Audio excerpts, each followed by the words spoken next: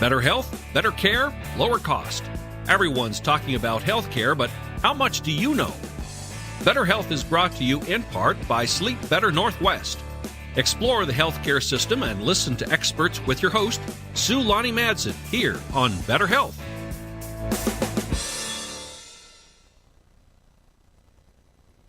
Okay, well, welcome to this edition of Better Health, and my guest today is Rachel Alexander from the Spokesman Review. Hi. Welcome, Rachel. Thank you. We've had some interesting little conversations on Twitter and email about some background and stuff in healthcare, and I put the title for this episode as Healthcare Journalism and Other Issues. When I write, I'm coming to writing from a columnist point of view, so I'm more asking questions, looking at a little bit of data and coming up with some questions. But you're the journalist who digs in and answers questions from the straight news side. So as much as I can, anyway. So what are some interesting things that you're working on right now? So I've been working on a retrospective about the 1918 flu. It's the 100-year anniversary this year, obviously, and it didn't really hit Spokane until about September, but I think we're maybe hoping to get something out before this particularly bad flu season wraps up.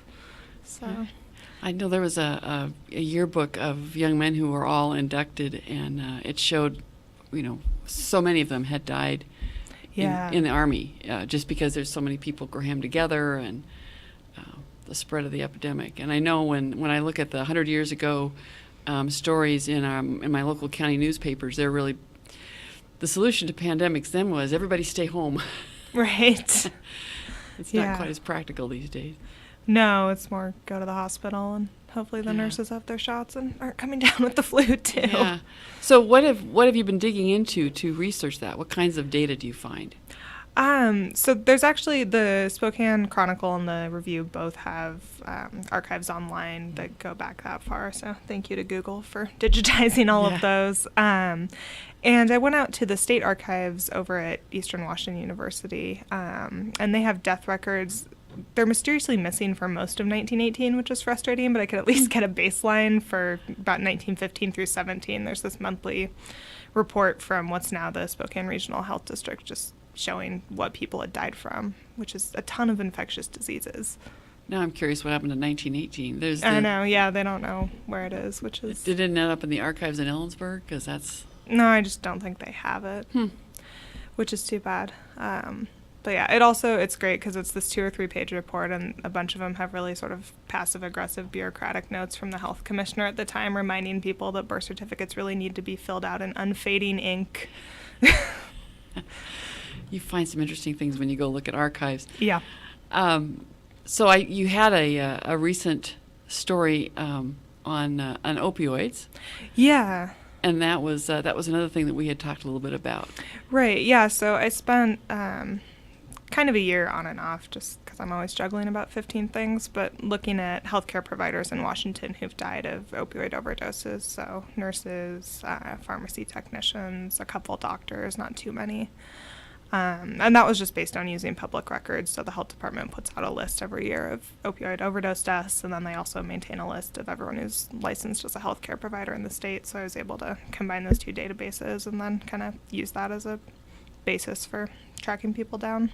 Well, let's kind of flip the order of what I had written down here and talk about the opioids right now, since we kind of segued right into that.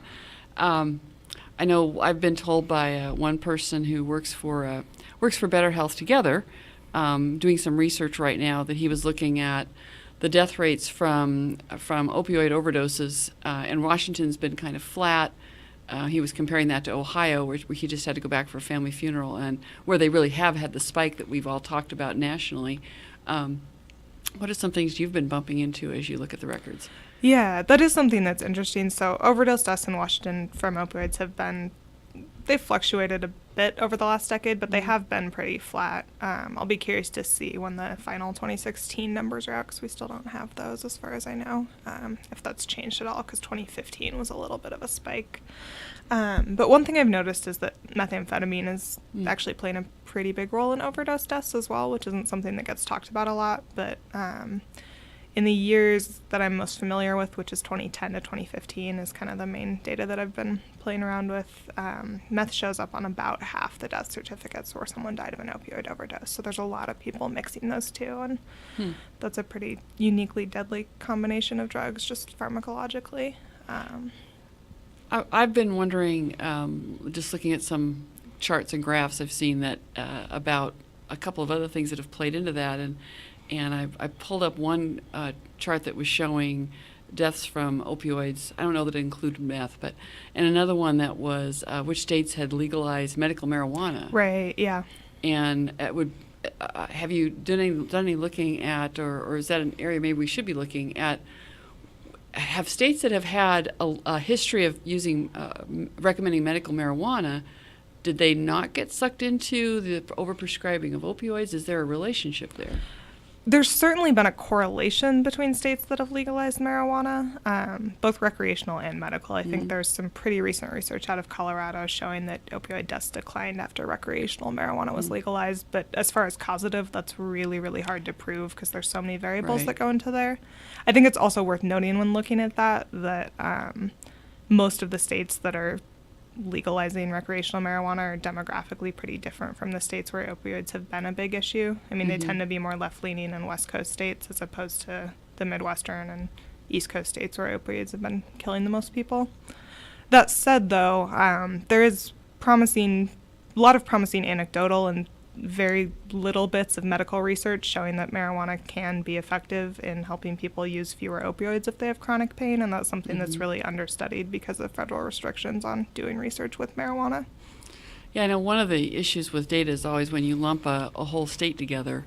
In almost every state, you can find some kind of some version of the Cascade Curtain. There's some kind of geographic split that means that because the whole state comes off as this, it's really there's really two or more distinct regions that have completely different characteristics. Sure, yeah. Kind of hard to compensate for that when we look at the large picture. Yeah, and certainly that's an issue too. I mean, you see that just in overdose deaths as far as what else ends up on death certificates besides opioids. Like cocaine is on a lot more death certificates in King County. Meth is more popular in Spokane. There's a lot of regional variation. Well, and regional variations on how people keep records. That too. Right. I mean, all that data is dependent on what the medical examiner puts on a death certificate, and that's going to vary. Yeah. And that goes back a little bit to one of the things we talked about, that in trying to do healthcare journalism, I first got interested in healthcare policy because as an architect I was working with healthcare providers and with rural hospitals, which sort of pushed me to look at why I was being asked to come in and do a remodel for something that was trying to solve a problem that wasn't really an architectural problem, but for example, the rural hospital the hospital district could get paid more if they took the lab tests, if they drew the blood in the hospital building than in the clinic building across the parking lot. So we'd be remodeling a little place where they could draw blood out, which doesn't make any sense, but. So what I found was there's a lot of stuff that doesn't make sense, and it becomes very complicated. And so that's my story of what got me started looking at why are we doing this? And so is there some interesting thing you've bumped into? So I ended up on the healthcare beat kind of by accident. When I first started at the Spokesman about 3.5 years ago, I was on daytime breaking news, which is mostly cops and courts and dead bodies. And I found and this is kind of just where my interests are anyway, because I'm a big wonk and nerd, and there's a lot of good data and a lot of good policy with healthcare. But about half the stories I was writing were about drug addiction, homelessness, mental illness, because all that stuff intersects with the legal system so much. And then my editor said, hey, do you want to just add all that to what you're covering? And then, someone left for a fellowship and we moved some things around, and they said, okay, why don't we take you off dead bodies and just have you doing that stuff and also add in like regular healthcare too? And I said, okay. So it's mostly been that, and pretty big learning curve. Well, an interesting time to end up on that beat when there was so much change going on. Yeah, that got a little hectic in the newsroom when the feds were kind of doing a different version of maybe repealing parts of the Affordable Care Act every week for a while. Yeah, every week a different plan. And still, I don't think we've really attacked the really core problem, which is a system that was a system that was not designed, but that developed out of a model for healthcare when there was very little available, actually. When it was fee-for-service, and the number of services that were available was pretty small. Yeah. And then we moved into, in 1918, that was about the time that the big medical breakthrough was washing your hands. Yeah. And not passing germs on. I mean, that was a big medical breakthrough, a huge deal. We go forward to the 1940s, 1950s, and we start to have antibiotics coming in, and all of a sudden we have a whole different start to get a different attitude towards germs, and we start looking at so many more pharmacological solutions to problems instead of supportive medical care. And then, now we're talking about CRISPR technology doing bioengineering of drugs, right, to suit a specific individual. Yeah.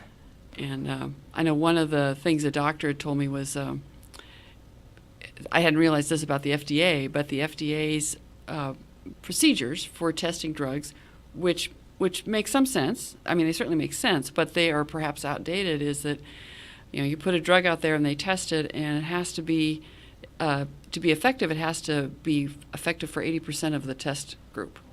Mm-hmm. So it fails if it doesn't meet that standard. On the other hand, it may be really effective for that other 20%, and now we know that can be because there are certainly biological differences in the population. Right. And since that hasn't been updated, we may be losing out on some things. And so there are drug companies that he said are going back and they're retesting things now to see if there was, it did have some promise. It was effective for a small group. That's interesting. What does that group have in common? Is there something that would make that? So now we're getting to where we should be. We've gone from go home, wash your hands, eat an apple a day, and have chicken soup to cure your pneumonia to. I was actually just reading. There's research supporting that there works. There is too. Yes. Chicken soup with a little lemon in it that gets the citrus and the chicken soup going. Yeah. We've come. So we have a system that is not developed in a way that really copes with what it has to offer now. Right. And I mean, a big part of that, too, is pricing transparency. And I know that that's something we've talked about, and something that comes up a lot is just, one of the core ways that prices get controlled in most markets is people know how much things cost and can pursue cheaper options or, options that are better value for the quality. And that's just so difficult to do with most health services because there's so little transparency there. And that's going to be a really good place to come back to because I'm getting a wave that we need to take a break. And we'll come back to price transparency. Hi, this is Kurt Stockwell with Well Dressed Walrus. We are a local website design and development company here in Spokane.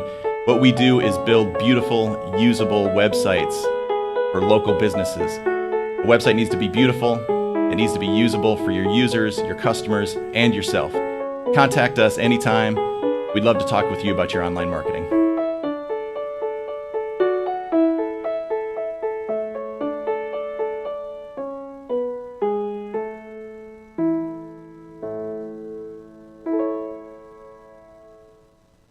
The economy is getting stronger, banks are lending again, and interest rates are at historic lows. Now is a great time to buy your dream home.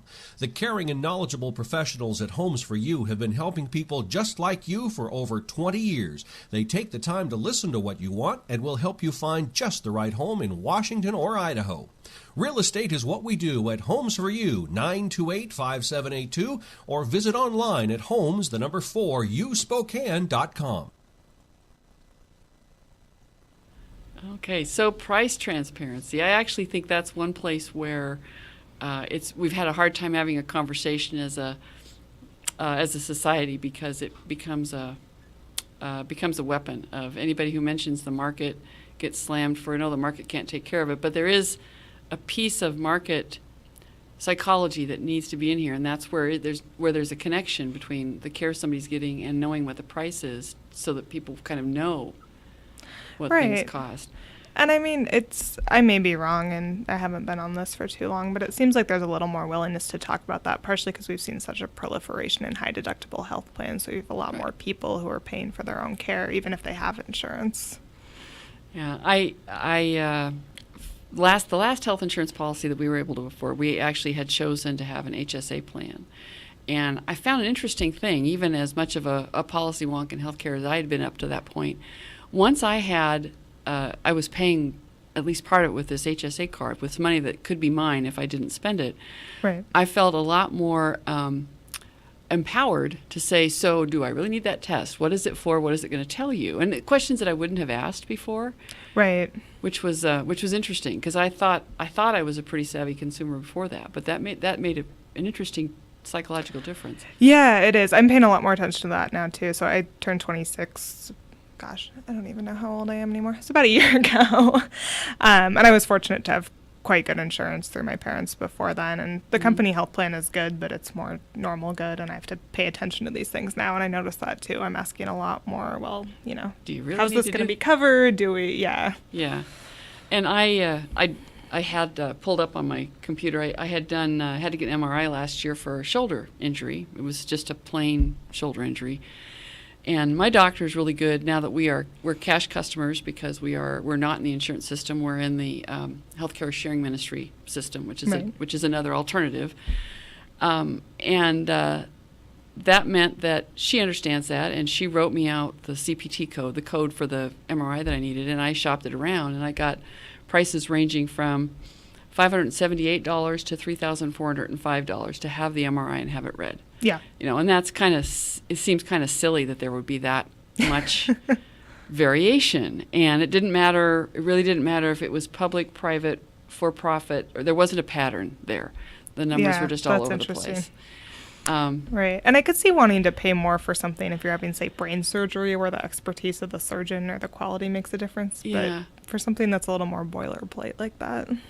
Yeah, and there are some guides out there. One of them is called the Healthcare Blue Book that tries to pull both the quality and the price together so that you can see what you can expect to pay and call up some data. I haven't been on that site for a while, but it seems to me they had some data on like infection rates. There are some things that are collected and reported sometimes. Yeah. More of that really would be helpful. Right. I think, and that was kind of one of my goals for reporting this year, is to write more stories that are aimed at giving people tools to make those decisions and ask those questions and kind of figure out. Get a consumer focus. Yeah, because that's just such an issue with everyone I talk to, unless we have a lot of 20-somethings in the newsroom, and a lot of us just don't go to the doctor because we're pretty healthy. Yeah, or you're like my husband who just refuses to go to the doctor because or that. Don't do that, folks. Yeah. Not a good idea. No.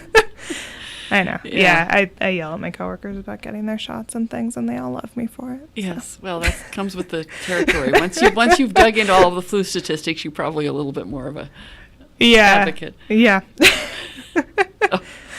Well, one of the things I think that that really is going to make a difference for people on the consumer side is that, if you've got I think the last time when we looked at insurance plans, we were going to end up with a $10,000 family deductible, and which is right. Why bother, really? Unless you get cancer, and then you're kind of and then since the rules were saying that you could go ahead and sign up, and that's the calculation that people are making when you're faced with that kind of a deductible, and then it does make a difference if you take a look at where you're being sent for particular kinds of tests or some kinds of expensive things, because it's going to be out of your pocket. That first $10,000, whatever it is. So what are some other consumer issues that you've had come across your desk? Well, this kind of ties in, but I wrote last week or the week before about a study.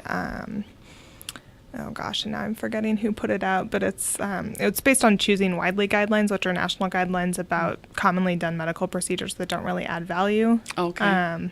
So things like having a pap smear every year, you usually just need them every 3 years unless you have other risk factors. But things that people are routinely getting done, and it found, oh gosh, and now I should have looked this up before I came on here, but it was tens of millions of dollars just in Washington that were spent on, I think, about 10 or so of these services that are pretty routinely low value. And a lot of some of it's little stuff, but some of it's unnecessary imaging, things where people really don't need to be getting x-rays.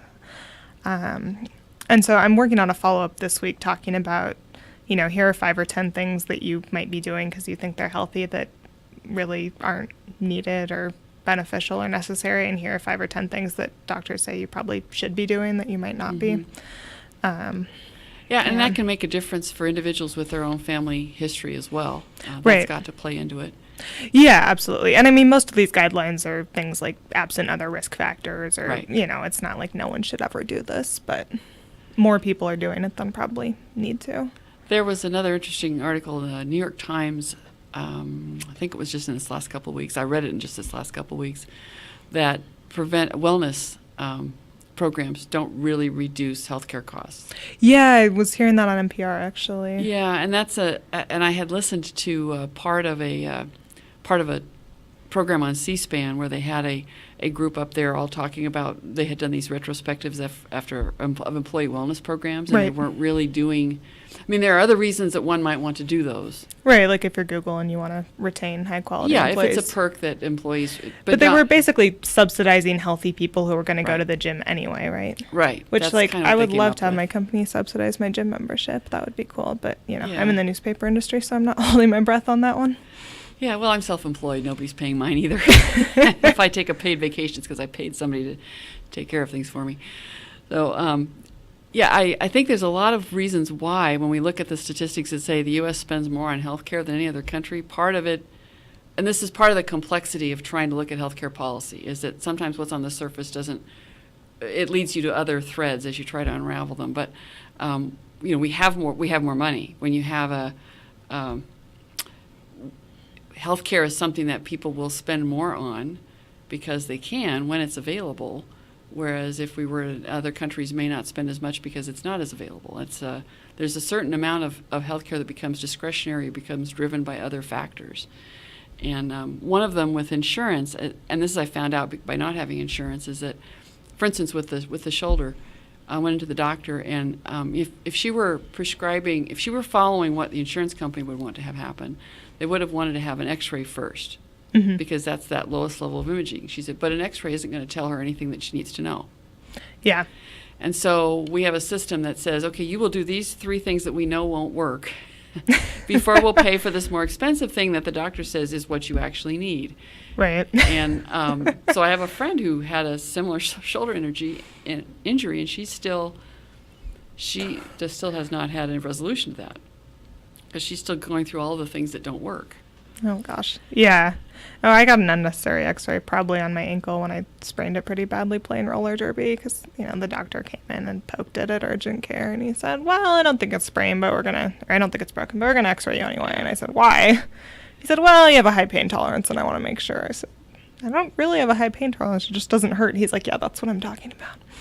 And then we got the X-ray, and it wasn't broken, and, ice it and limp around for a while, and you'll be better. Yeah, and I found some differences state to state. I had an injury. My cat sliced open my finger, and those are always fun. So anyway, it required stitches. Yep. And it festered, and I had finished the second round of antibiotics, or third round, and it was still festering, and I was away. I was out of town. Oh, jeez. At a conference, and I needed to do something because it was starting to swell again. And I went into an urgent care in Houston, and the price was, because I came back later and I asked an urgent care in Spokane, the price was about, seems like it was half to 2/3 of what it would have been in Spokane, and they gave me an all-inclusive price that included doing an X-ray to make sure it hadn't spread into bone and everything. So there are some differences in state laws as well. In a little bit of research, not comprehensive, says that a part of that is tort liability in Washington, which is joint and several, where I'm aware of this from the design side, but if there is a suit and 3 or 4 entities are named, and 3 of them drop out or don't pay, the 4th one is stuck holding the bag. Gotcha. Texas has different liability laws, so does Idaho. I know those things have played into insurance costs, malpractice insurance rates, and all those. So there's all these things that drive costs, and yet we don't know what the cost is. If we're lucky, we can find out what the price is, but the cost is harder to figure out. Yeah. So that was an interesting experience to have that happen and then come back. Yeah, I'm sure. What would you charge me for that? Well, it's going to be more. It makes you think about being a medical tourist even within the United States. We hear about people going to India or Thailand for procedures, but I don't know. I could go visit my sister and shop around a bit. Around a little. Yeah, and I mean, you do see people traveling domestically, but that tends to be more for regional specialization. Yeah. And I did end up getting my MRI in Post Falls. Oh, okay. At Northwest Specialty Hospital. We don't have specialty hospitals here. Okay. Because state law does not allow those. Was that your cheapest option? Mm-hmm. And they have a fine reputation, and they market themselves to the Canadian market. Come down. They were offering at the time a package deal at the Coeur d'Alene Resort. Wow. for someone and their escort for knee replacements, I think it was. There you go. So, yeah, interesting. A lot of things going on in healthcare. Yeah, no kidding. So you're working towards the your next big project off and on is working towards the flu pandemic retrospective. Yeah, that's one of them. And I have a lot of just fun data sets that I play around with when I have a free minute and don't know what I'm going to do with them necessarily. Okay. But So if somebody, you had asked me once if I knew anybody who had a good story about the flu pandemic in Spokane. I think it didn't hit here until the fall of 2018. So if anybody listens to this between now and the end of the summer and you have a really good family story yes, about the flu pandemic, Rachel would like to hear about it. absolutely. I will geek out to an incredible degree. So Yeah. And apparently the records in the archives, for some reason, 1918 has kind of a gap in it. So we're really digging now for some more. We're going to have to find some more anecdotal information. I mean, there's newspaper records from there, and I can Yeah. piece the desk together. It's just kind of sad that the tables are gone, but it's Yeah. okay. There's a lot of milk quality inspections, too. That was like half to a third of the health report is just annual or monthly testing of different dairies and their bacteria levels. Okay, totally little rabbit trail, but remember I said 1918, one of the big breakthroughs was hand washing. One of the reasons that society shifted from making bread at home and buying bread in loaves was that sliced bread, the greatest thing since sliced bread was sanitary. Right. Sliced Yep. bread in packages, that was all going to be, that was a big breakthrough for society. Yeah. My college advisor actually wrote a book about white bread, so Yeah, it's I dimly remember him getting into that in the early chapters. and we don't think about things like that once having been a technological breakthrough. Yeah, or just pasteurizing milk, which I Mhm. know, I had a little bit of a more hippie kick in college and used to drink unpasteurized milk, which tasted great, and then I got Campylobacter and decided maybe I should switch back. Yeah, we have there's an old housewives manual that I have that told you how to go check out a dairy to make sure that it was a safe dairy. So you did your own fun. you did your own quality control. So. Well, Rachel, I appreciate you coming in for a chat. Yeah, thank you. And I'll make a note to have you come back after you get your flu retrospective done, and we'll go through that and Sounds good. answer a few questions. All right, thank you. Thanks. Bye. Better Health with Lani Madsen is produced in Spokane, Washington by SpokaneTalksOnline.com, which is solely responsible for its content. Better Health is brought to you in part by Sleep Better Northwest. Ask Lani a question, recommend a guest or topic, and hear this program again online anytime at SpokaneTalksOnline.com. Cheers to better health, and thanks for listening.